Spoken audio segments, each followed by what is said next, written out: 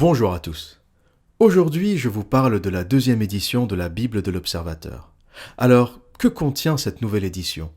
Eh bien, tout d'abord, elle intègre les dernières corrections. Elle reprend les quelques coquilles, les fautes de frappe qui arrivent toujours lors de la publication et qui plus est pour la publication de mon tout premier livre. Et puis elle contient une surprise, un nouveau chapitre, le chapitre 20 qui s'intitule « Misère sexuelle et radicalisation ». Pour être juste envers ceux qui ont déjà acheté la première édition du livre, qui ne comportait pas ce chapitre, eh bien, ce chapitre, je vais vous l'offrir. Je vais même faire plus, je vais vous en faire une lecture intégrale dans ce podcast. De cette façon, ceux qui ont déjà acheté le livre pourront continuer l'aventure et prolonger leur plaisir avec la découverte de ce nouveau chapitre. Et ceux qui ne connaissent pas encore le livre pourront le découvrir au travers de cet extrait. Je commence sans plus attendre ma lecture de ce nouveau chapitre, le chapitre 20 du livre MGTOW, la Bible de l'Observateur. MGTOW, la Bible de l'Observateur, deuxième édition. Chapitre 20, Misère sexuelle et radicalisation. Je n'avais pas vu Adam depuis plus d'1 an, et pour cause, il était parti au Canada, à Toronto, pour une année sabbatique. Comme moi, il était lassé de Paris et souhaitait changer d'air. Le Canada est l'un des nombreux pays à offrir aux jeunes Européens des visas vacances-travail, Working Holidays, d'1 an, qui permettent de travailler et de découvrir une autre culture, tout en perfectionnant son anglais. En vrai aventurier, Adam avait le goût du risque. Nous étions toujours sur la même longueur d'onde lorsqu'il s'agissait d'aventure, d'exploration et surtout de drague. Seulement voilà, s'agissant de femmes, son aventure à Toronto fut bien différente de la mienne à Londres. Contrairement à moi qui arrivais à prendre du bon temps et qui vivais à Londres l'un des meilleurs épisodes de ma vie, Adam me décrivit Toronto comme un enfer pour les hommes. Lui qui avait la tchatche facile, un physique plutôt agréable et un succès fou avec les Parisiennes, peinait à décrocher le moindre date à Toronto. Comment expliquer cela, sachant que Toronto est la ville la plus peuplée du Canada et l'une des agglomérations les plus dynamiques d'Amérique du Nord ?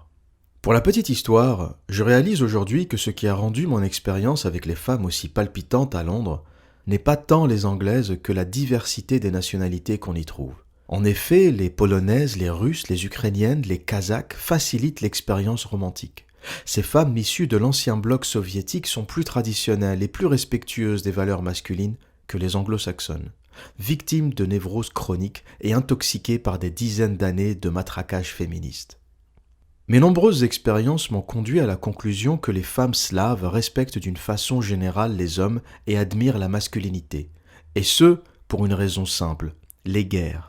Et notamment la Deuxième Guerre mondiale qui a décimé la population de l'ancien bloc soviétique avec plus de 20 millions de pertes humaines, essentiellement des hommes. De ce fait, ces pays ont vécu et vivent encore aujourd'hui un manque d'hommes chronique qu'ils peinent à compenser. Ajoutons à cela l'absence d'État-providence et d'aide sociale en tout genre qui font que les femmes ne peuvent pas se passer des hommes pour survivre. En d'autres termes, contrairement à l'Occident, le jeu n'est pas truqué. Fonder une famille et survivre passe nécessairement par l'homme. Et une femme ne peut pas jeter son mari et partir avec les enfants en espérant que l'État s'occupera de lui fournir aide au logement, allocation familiale et parfois même pension alimentaire. Tout cela, bien entendu, avec l'argent du contribuable. L'État-providence, sous couvert de progrès social, a contribué à détruire la famille, en se substituant au rôle traditionnel de protecteur et de pourvoyeur que jouait l'homme, le père, au sein de la famille. Mais reprenons le fil de notre histoire. Les Européennes du Sud, françaises, italiennes, espagnoles, qu'elles soient étudiantes, filles au père ou simples travailleuses, se lâchent littéralement en débarquant à Londres. En effet, si elles sont sages dans leurs villes respectives, elles se débrident et se libèrent totalement dès lors qu'elles sont loin du regard de leur famille et de leurs amis. Comme nous l'avons expliqué dans les chapitres précédents avec l'exemple du village, le regard des autres et la réputation sont capitaux pour une femme. Mais dans cette grande ville, électrons libres, elles peuvent donner libre cours à leur sexualité et expérimenter leurs fantasmes les plus extrêmes. Adam m'a raconté qu'en près d'1 an, il n'avait réussi à coucher qu'avec une seule femme, une Américaine de passage à Toronto. Une femme en 1 an. Peut-être la normalité pour le commun des mortels, mais pour lui, dragueur affûté, c'était un véritable drame, un constat d'échec. Que peut-il donc bien se passer à Toronto pour rendre les rencontres hommes-femmes aussi difficiles. Le témoignage d'Adam n'est pas isolé, et après une longue réflexion, il me semble avoir réussi à trouver la logique de la misère sexuelle au Canada. Souvenez-vous, nous avons parlé au début de ce livre de Mystery, l'un des premiers pick-up artistes. Ce dernier s'est intéressé et a analysé la drague de manière quasi scientifique en raison de ses propres difficultés à séduire et à appréhender les interactions hommes-femmes d'une façon générale. Eh bien, Mystery est né et a grandi à Toronto. Owen Cook, Dee Tyler, fondateur de RSD, Real Social Dynamics, la plus grande boîte de coaching en séduction au monde, est aussi né et a grandi au Canada, à Ottawa. Et pour finir, plus macabre, mais aussi plus inquiétant, le tristement célèbre Alec Minassian, un jeune Canadien de Toronto âgé de 25 ans, se revendiquant de la communauté des incels, et qui a perpétré une attaque à la voiture bélier le 23 avril 2018. Au volant d'un van blanc, de marque Chevrolet Express, il a roulé sur la foule et a tué 10 personnes.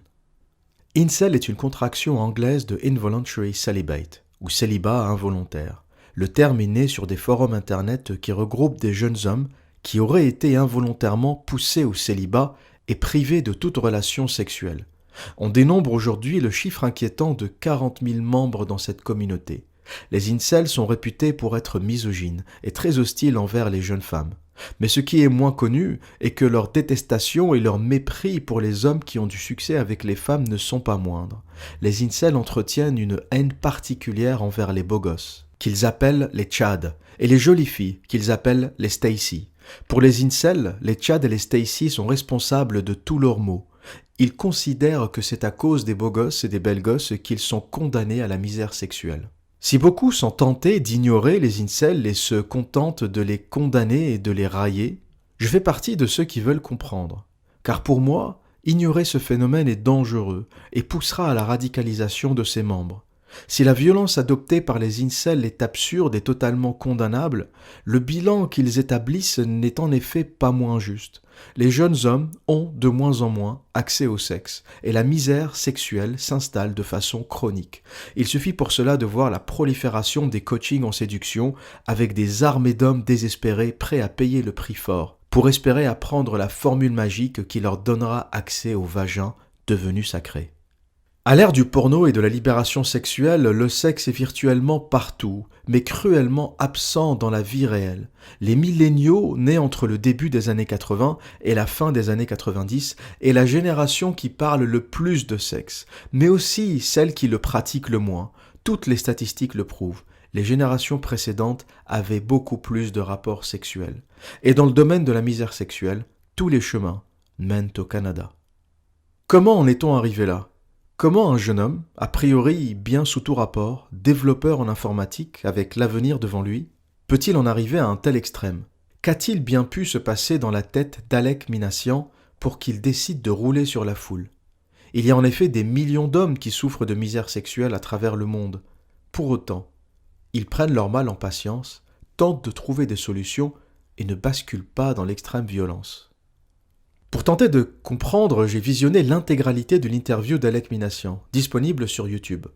Interrogé par l'inspecteur de police, le jeune homme a l'air calme et posé. Il décrit les événements avec une précision et une lucidité déconcertantes, depuis la location de la camionnette jusqu'au moment où il roule sur des victimes innocentes. Il ne semble rien regretter de son geste. Il décrit son trajet avec exactitude, les feux rouges auxquels il s'est arrêté, et son état d'esprit à cet instant. Lorsque l'inspecteur de police lui demande pourquoi il a choisi la rue Yonge, Alec répond avec le même calme déconcertant. « Je n'ai pas choisi la rue Yonge particulièrement. Je conduisais le long de cette rue car je savais qu'il y aurait du monde. Et dès que j'ai vu des piétons, j'ai décidé de leur rouler dessus. » Le dialogue entre l'inspecteur de police et Alec se poursuit. « Ok, raconte-moi ton attaque étape par étape. Le feu passe au vert. À quoi penses-tu à cet instant ? » Je me dis que c'est le moment. Je vois tous ces gens et je décide d'y aller. « Qu'as-tu fait exactement ?» demande l'inspecteur. J'appuie sur l'accélérateur, je roule vers la foule et le van les percute. Ensuite, certaines personnes sont éjectées sur le côté, d'autres sont projetées au-dessus du van. Que fais-tu après ? Je continue à rouler. Pour être honnête, la seule raison pour laquelle je me suis arrêté est que la boisson de l'une des victimes a éclaboussé le pare-brise du van, m'empêchant de voir la route. Je voulais poursuivre, en faire plus, mais je me suis dit que je finirais par écraser le van contre un mur. C'est aussi à cet instant que j'ai vu les voitures de police arriver et que j'ai décidé de m'arrêter. L'inspecteur poursuit. « Ok, tu t'arrêtes car tu ne voyais plus rien, et tu savais que les flics arrivaient. Qu'as-tu fait ensuite ?» Je vois la voiture de police s'arrêter et les policiers me demandent de sortir. Alors je sors du van et je pointe mon portefeuille vers eux en espérant qu'ils le confondent avec une arme. J'espérais qu'ils me tirent dessus. « Est-ce que c'est une chose que tu avais planifiée? Tu voulais mourir ?» Oui, je voulais que ce soit une attaque suicide depuis le départ. L'inspecteur pose alors une dernière question. 10 personnes sont mortes dans cette attaque et 15 ont été sérieusement blessées. Comment te sens-tu à ce sujet ? Alec répond alors froidement « Je me sens comme quelqu'un qui a accompli sa mission. » Cette dernière phrase résume le déséquilibre mental du personnage, lequel ne réalise même pas que parmi les victimes se trouvaient aussi des personnes âgées de 80 et 94 ans, qui n'ont rien à voir avec les Chad et les Stacy qu'il visait au départ. Son acte est aussi stupide qu'incohérent, car au final, il n'a pas ciblé ses ennemis, les beaux gosses et les belles gosses, prétendument à l'origine de sa misère sexuelle, mais il a tué sans distinction d'âge et de sexe, et de façon arbitraire, des innocents qui avaient entre 22 et 94 ans. Dans ce même entretien, Alec a aussi mentionné son admiration pour Elliot Rodger, auteur des attentats de l'Université de Californie à Santa Barbara en 2014. Le jeune homme de 22 ans avait abattu 6 personnes avant de se donner la mort et avait publié en ligne un manifeste et diffusé des vidéos sur YouTube où il se prétendait lui-même comme un incel et comme le suprême gentleman. Un terme repris par Minassian dans un message Facebook où il faisait référence à la rébellion des incels.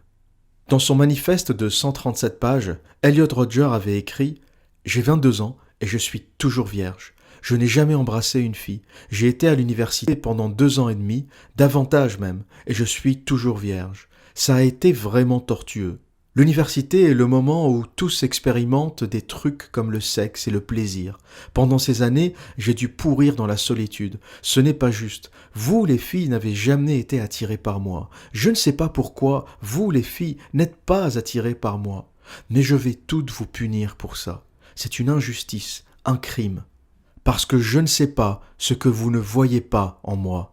Je suis le gars parfait, et malgré tout, vous vous lancez sur ces hommes odieux, plutôt que sur moi, le suprême gentleman. Vous l'aurez compris, les incels vivent mal leur célibat, et ils souffrent, et ils rendent les femmes responsables de cette souffrance. Ils accusent les femmes de ne s'intéresser qu'au mauvais garçon, le fameux bad boy, qui s'accaparerait toutes les femmes, laissant les hommes peu populaires, au physique et au statut banal, sans aucune option. Je vais certainement choquer mes lecteurs en disant que ce que décrivent les incels n'est pas faux. Et ils n'inventent rien en disant qu'une minorité d'hommes accapare la majorité des femmes. Comme nous l'avons expliqué au travers de la pyramide de l'hypergamie, il en est ainsi depuis que le monde est monde. Les femmes, garantes de la sélection naturelle, choisissent les meilleurs hommes. En sélectionnant les gènes les plus forts, elles assurent la continuité de l'espèce. Et nous avons aussi expliqué comment les sociétés traditionnelles avaient réussi à garantir l'accès au sexe et à la reproduction à la majorité des hommes en forçant la monogamie par le mariage, créant ainsi des civilisations stables et prospères. Mais cet équilibre fragile a volé en éclats. La libération sexuelle, le féminisme et pour finir, Internet et les sites de rencontres ont fait renaître l'hypergamie sauvage que la civilisation, les traditions et les religions avaient réussi à contenir. Ce que nous vivons aujourd'hui n'est qu'un retour aux instincts naturels et aux pulsions animales les plus profondes. Nous comprenons enfin que la monogamie n'a été qu'une parenthèse dans l'histoire de l'humanité. Car de tout temps, une minorité d'hommes a eu accès à la majorité des femmes, excluant les autres hommes du sexe reproductif. Et ce phénomène est aujourd'hui exacerbé dans les grandes villes occidentales comme Toronto, pas uniquement en raison de la grande concentration de population qu'on y trouve, mais aussi à cause de la féminisation grandissante de ces sociétés et des lobbies féministes qui y pullulent. Comme le disait le sociologue canadien Ross Heffler, qui a étudié la sous-culture sur Internet au Grinnell College dans l'Iowa, Elliot Rodger et Alec Minassian incarnent une forme ultime de résistance à une culture féministe qui ne les valorise pas pour ce qu'ils sont. Le terme incel est récent, mais le climat social qui les a produits dure depuis 50 ans. Internet et les réseaux sociaux comme Reddit sont souvent pointés du doigt comme vecteurs de ce genre de mouvement. Cependant, comme le souligne Ross Effler, des réactions violentes du type incel n'ont pas attendu l'avènement d'Internet. Et encore une fois, et sans surprise, cela se passe au Canada. Le 6 décembre 1989, à l'École polytechnique de Montréal, un dénommé Marc Lépine, né Gamil Rodrigue Lias Garbi, alors âgé de 25 ans, est entré dans une classe d'ingénierie mécanique et a ouvert le feu en tuant 14 femmes avant de se suicider. L'enquête a rapporté qu'en entrant dans la classe, Lépine a demandé aux étudiants présents de se séparer en 2 groupes distincts, les femmes d'un côté, les hommes de l'autre. Au départ, personne ne l'a écouté, croyant à une mauvaise blague, jusqu'à ce que ce dernier tire un coup de feu au plafond. Les étudiants ont alors fini par s'exécuter. Les 9 femmes présentes se sont rangées d'un côté et une 50aine d'hommes de l'autre. Puis il a prié aux hommes de quitter la pièce. « Savez-vous pourquoi vous êtes là » a-t-il demandé aux 9 femmes restantes. « Non » ont répondu celles-ci. « Je combats le féminisme » a-t-il expliqué. L'une des 9 étudiantes a alors pris la parole et lui a dit « Écoutez, nous sommes juste des femmes, étudiant l'ingénierie, pas forcément des féministes prêtes à marcher dans les rues, criant que nous sommes contre les hommes, juste des étudiantes cherchant à mener une vie normale. » « Vous êtes des femmes, vous allez devenir des ingénieurs, vous n'êtes toutes qu'un tas de féministes, je hais les féministes, a rétorqué Lépine avant d'ouvrir le feu, tuant 6 femmes et en blessant 3 autres. Lépine a continué son aventure macabre dans le reste de l'établissement avant de se suicider. Le bilan total de cette tuerie s'élève à 14 morts, que des femmes, et 16 blessés, dont 9 femmes et 4 hommes. Dans sa lettre de suicide, retrouvée dans son manteau, Marc Lépine accusait les féministes d'avoir ruiné sa vie. Sa lettre contenait aussi une liste de 19 femmes québécoises qu'il considérait comme féministes et qu'il voulait assassiner. La liste comportait le nom d'une politicienne, d'une leader d'opinion et des policières. Plusieurs thèses ont été avancées par les psychiatres afin de tenter d'expliquer ce geste. Certains ont mis en avant le divorce de ses parents et les sévices que lui infligeait son père dans son enfance. D'autres ont évoqué les échecs de sa vie affective. D'autres encore, adoptant une vision plus large, ont vu les actions de Lépine comme le résultat des changements socio-économiques brutaux qui ont augmenté la pauvreté et l'isolement des individus au Canada et en Amérique du Nord d'une façon générale. Quoi qu'il en soit, cette concentration de féminicides et de révolte des hommes contre les femmes au Canada est aussi effrayante que surprenante. Comment le Canada, pays riche, développé, a priori tolérant, accueillant et égalitaire, temple de la bien-pensance et de la justice sociale, peut-il générer autant de frustration chez les jeunes hommes, autant de violence ?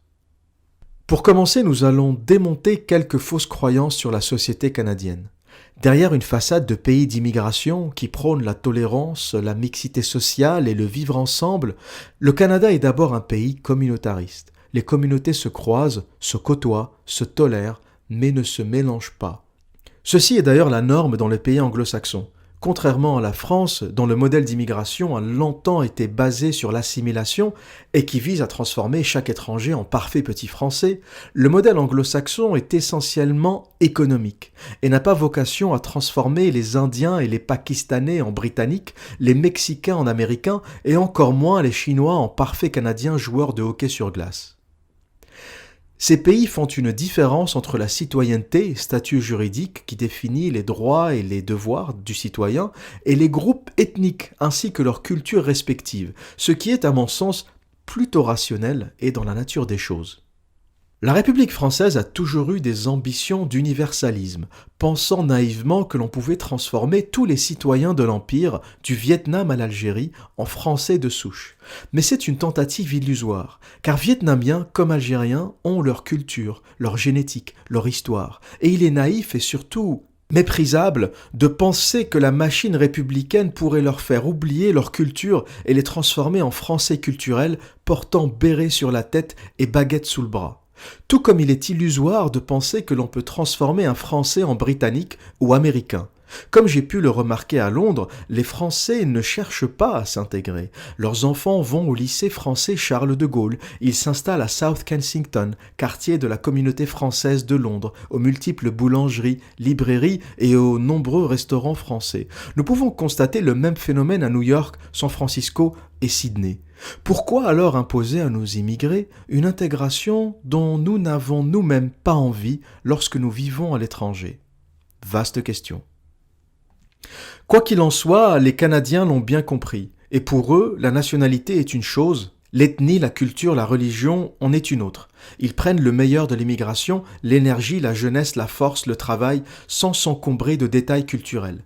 Mais attention, il ne s'agit pas de discrimination ou d'apartheid comme a pu le pratiquer l'Afrique du Sud, mais plutôt d'une vision pragmatique et réaliste des choses. À titre d'exemple, aucune loi ne force les Chinois de se regrouper entre eux, et pourtant, dans toutes les grandes villes où ils s'installent, ceux-ci finissent par y créer leur propre quartier, leur propre communauté, le fameux Chinatown. À ce stade de votre lecture, vous devez certainement vous demander quel est le rapport entre communautarisme et misère sexuelle. Ironiquement, la diversité tend à rendre les rencontres amoureuses plus difficiles. La diversité ethnique ne se traduit pas nécessairement par de la mixité sociale. À titre d'exemple, lorsqu'il s'agit de rencontres amoureuses, les femmes noires africaines et les hommes asiatiques sont les plus discriminés. Les femmes noires africaines n'intéressent pas en général les hommes blancs. Les hommes asiatiques n'ont, quant à eux, pas la cote auprès des femmes blanches et encore moins auprès des femmes d'origine africaine, mis à part de rares exceptions. Les Indiens ne se marient qu'au sein de leur caste, et les femmes indiennes sont rarement accessibles aux hommes d'une origine ethnique différente. Les Juifs et les musulmans tendent à ne se marier que dans le cadre de leur religion respective, réduisant encore plus leur champ d'action sur le marché de la séduction. À Toronto, les habitants d'origine européenne représentent 47,7% de la population. Les Asiatiques, Chine et Asie du Sud-Est, 30%, et les Noirs africains, 9%. Suivent ensuite diverses minorités du monde entier, Amérique latine, Afrique du Nord, Moyen-Orient, etc. Il faudra donc noter que plus de 50% de la population est d'origine non européenne et de culture conservatrice, ce qui accentue le cloisonnement entre les populations et qui rend les rencontres encore plus difficiles. Au cloisonnement ethnique, il faut aussi ajouter le cloisonnement socio-économique. Toronto se présente comme un ensemble de petits îlots hermétiques. Il y a les quartiers riches, Lawrence Park, Rosedale, et les quartiers pauvres, Scarborough et Jane and Finch. Avec des lignes de démarcation très claires, les gens ne se fréquentent que dans leurs milieux socio-professionnels respectifs, et il est difficile de faire des rencontres en dehors de sa classe sociale. Cet hermétisme géo-économique peut très rapidement limiter les options de rencontres, car en ne fréquentant pas les mêmes universités, les mêmes boutiques et les mêmes cafés, les hommes et les femmes d'une classe sociale différente n'ont aucune chance de se rencontrer. Ensuite, le Canada est le pays de la bien-pensance. Les groupes féministes LGBT y sont légion, et Toronto n'échappe pas à la règle. Toronto est une ville de gauche. Elle est même tellement à gauche que si vous avez des idées ou des croyances qui ne correspondent pas à ce que les gens lisent sur Twitter, vous serez stigmatisé et isolé. Réchauffement climatique, mariage pour tous, égalité homme-femme, tout y passe. Toronto est ethniquement diversifié, mais l'homogénéité de la pensée y est déprimante. Si vous ne souscrivez pas au système de croyances commun, vous finirez lynché sur la place publique, ou sur Internet dans le meilleur des cas.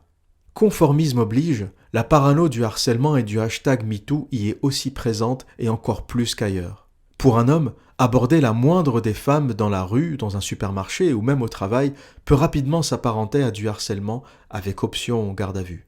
Pour finir, Toronto est devenue en très peu de temps une ville chère, avec de gros écarts de revenus entre les plus riches et les plus pauvres. Comment un homme du quotidien est-il censé entrer en compétition dans une ville où les femmes qu'il connaît à l'université se font photographier lors de fêtes avec des superstars de la NBA et des artistes au succès planétaire ? Même des jeunes femmes de la classe moyenne ont accès aux soirées des hommes riches et puissants des beaux quartiers. Un gamin de 25 ans qui peine à louer un appartement car le prix des loyers à Toronto a explosé n'a aucune chance face à autant de compétition. Il ne peut alors qu'observer l'hypergamie en action, et il est important de le souligner, car un rapport sexuel, c'est avant tout un lieu et des conditions confortables pour le faire. Et comment un homme qui vit encore chez ses parents ou qui partage une colocation avec plusieurs autres personnes peut-il espérer les conditions de l'intimité avec une femme? Je le répète, baiser, c'est avant tout avoir un lieu pour le faire. Le communautarisme, le décrochage économique, la bien-pensance, le climat de parano qu'ont généré les féministes a fait éclore les conditions optimales de la misère sexuelle. Et à Toronto plus qu'ailleurs, ces dégâts se répercutent sur les hommes du quotidien activement poussés dans les coins les plus sombres de la société. Suivent la dépression, l'amertume, la haine et enfin la violence. Et quand Internet et les sites de rencontres s'invitent aux festivités, l'hypergamie fait rage, ne laissant aucune chance aux hommes du bas de la pyramide en permettant à une poignée d'hommes riches et privilégiés d'accaparer la majorité des femmes. Pour la plupart des hommes, c'est game over, avant même d'avoir commencé la partie. Il ne s'agit pas là de justifier le comportement des incels que nous sommes suffisamment nombreux à condamner, mais il ne s'agit pas non plus de l'ignorer. Dénouer les mécanismes qui mènent à la détresse, à l'isolement, puis à la violence, permet aussi de proposer quelques solutions. Et aujourd'hui, plus que jamais, la légalisation de la prostitution en est une. Ironiquement, ceux qui diabolisent les incels sont aussi ceux qui interdisent la prostitution. Sous la pression des lobbies féministes, de plus en plus de lois voient le jour, rendant la prostitution difficile, voire impossible. En effet, un nombre croissant de pays, dont la France et le Canada, adoptent le modèle scandinave, et plus particulièrement suédois, qui sanctionne sévèrement les clients des prostituées. Encore une contrainte pour les hommes qui souffrent de misère sexuelle et pour qui la prostitution aurait pu être une soupape. Des moments où ils pourraient se soulager et se réconcilier avec la jante féminine. Et je vous le dis ici, sans concession, je préfère largement que les incels aillent se soulager aux putes plutôt que de les savoir arpentant les rues à la recherche de leur prochaine victime. Car un homme frustré est un homme dangereux, et un homme qui a les couilles pleines est aussi manipulable et prêt à tout pour se débarrasser de ce fardeau. Qu'est-ce qu'un djihadiste, sinon un incel à qui on a promis 72 vierges qui l'attendent au paradis? Si seulement il savait à quel point il est pénible et douloureux de dépuceler une femme, il ne se réjouirait pas autant à l'idée d'en dépuceler 72.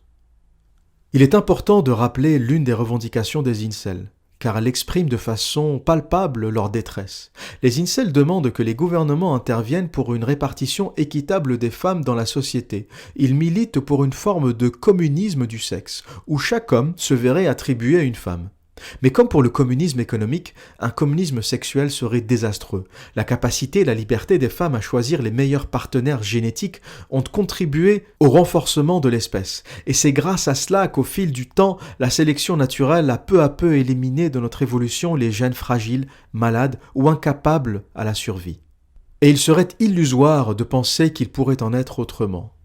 La proposition des incels n'est pas une solution d'individus clairvoyants, mais plutôt celle de personnes qui souffrent et qui s'isolent sur Internet sans parvenir à sortir de leur impasse.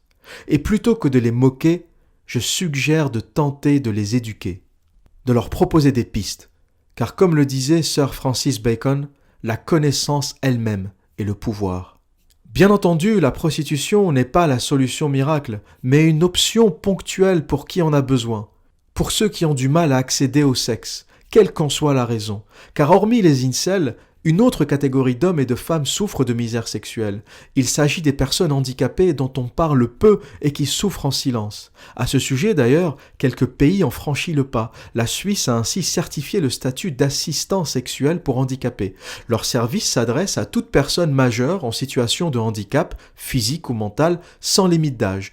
Face à une solution aussi évidente et simple, qui soulagerait et apporterait du réconfort à tellement de personnes en détresse, on se demande pourquoi les autres pays occidentaux, dits développés, n'ont pas suivi le mouvement. L'exemple de Toronto et des incels est certes extrême, mais toutes les grandes villes occidentales vivent le même phénomène à différentes échelles. Et si j'arrive à éviter, grâce à ce livre, qu'un seul incel ne commette un autre carnage, eh bien, j'aurais contribué à ma modeste échelle à rendre ce monde un peu meilleur. J'espère que mes lecteurs comprendront que l'homme véritable n'est pas celui qui pleurniche en attendant que l'État intervienne pour répartir les femmes de façon équitable. Ce n'est pas non plus celui qui roule sur des vies innocentes pour vomir sa rage et sa frustration envers les autres. Vraiment les gars, vraiment, il serait temps de travailler à devenir votre meilleure version. Éduquez-vous, cultivez-vous, lisez, voyagez, faites du sport, sculptez votre corps et votre esprit tel un diamant brut que vous taillez à la perfection. Vous gravirez alors sans le savoir les échelons jusqu'au sommet de la pyramide, un endroit où vous aurez atteint votre but supérieur et où vous réaliserez enfin votre légende.